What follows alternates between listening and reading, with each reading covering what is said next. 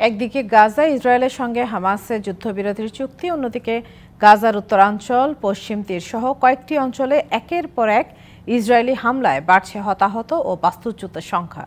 নতুন করে 4 ইসরায়েলি জিম্মিকে মুক্তি দিয়েছে হামাস। এছাড়া লেবাননে হিজবুল্লাহ ও ইসরায়েলের মধ্যে দ্রুত যুদ্ধবিরতির আহ্বান জানিয়েছে ফ্রান্স। গেল সপ্তাহে গাজায় যুদ্ধবিরতি চুক্তিতে সম্মত হয় হামাস ও ইসরায়েল। এ খবরে উচ্ছ্বসিত ফিলিস্তিনবাসী। রাতের পর রাত খোলা আকাশের নিচে বাড়ি ফেরার অপেক্ষায় বাস্তুচ্যুতরা। যুদ্ধবিরতি চুক্তির পরও নানা অজুহাতে গাজায় হামলা অব্যাহত রেখেছে ইসরায়েল। গাজার উত্তরাঞ্চলে ফিরতে শুরু করা বাস্তুচ্যুত ফিলিস্তিনিদের ওপর আইডিএফের গুলিবর্ষণে হতাহতের ঘটনা ঘটেছে।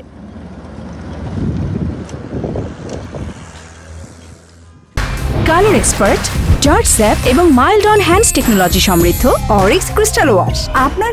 এছাড়া গাজার পশ্চিম তীরের জেনিন শহরের কাছে তেল আবিবের হামলায় শিশুসহ হতাহত হয়েছে বেশ কয়েকজন।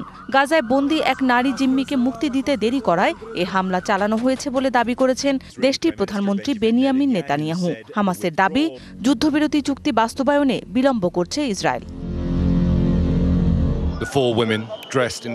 যুদ্ধবিরতি চুক্তি কার্যকরের দ্বিতীয় সপ্তাহের শুরুতে নতুন করে 4 ইসরায়েলি জিম্মিকে মুক্তি দেয় হামাস। বিনিময়ে এখন পর্যন্ত 200 বন্দীকে মুক্তি দিয়েছে ইসরায়েল। আরও বন্দী মুক্তির দাবিতে বিক্ষোভ করেছে ইসরায়েলিরা।